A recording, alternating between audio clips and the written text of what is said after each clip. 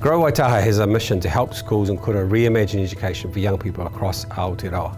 At the heart of Grow Waitaha is an unwavering commitment to inclusivity and diversity, ensuring that all learners have opportunities to excel in supportive learning environments.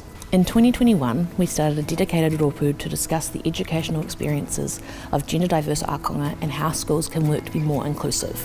This work is driven by a deeply held belief in the transformative power of education. This not only supports gender diverse Ākonga to feel safe, respected and understood, but establishes systems that allow them to truly thrive. It's important that schools and kura realise that they likely have gender diverse learners already, or they inevitably will have them in the future, whether they're safe to be out or not. Many young trans people do not feel safe to be their authentic selves until they leave school. Through playing advocacy roles and creating safe environments, schools and kura support gender diverse Ākonga to discover and be themselves. Currently, however, many schools feel that they are unprepared for students coming out as gender diverse, or in some cases, beginning their transition journey while at school. We see it as crucial for schools to start having some of those difficult conversations and deliberately planning ways that they can make their learning environments deeply inclusive. Without adequately planning for inclusion, we run the risk of continuing structures that disempower and disadvantage gender diverse youth.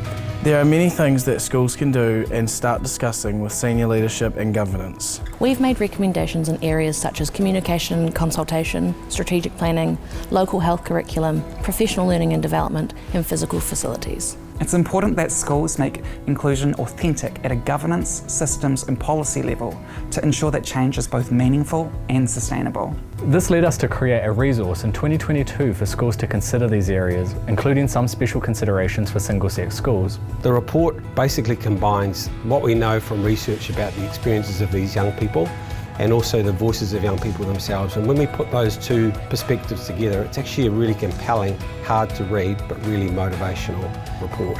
We're seeing positive change in the educational landscape and increasing movement toward authentic rather than tokenistic inclusion.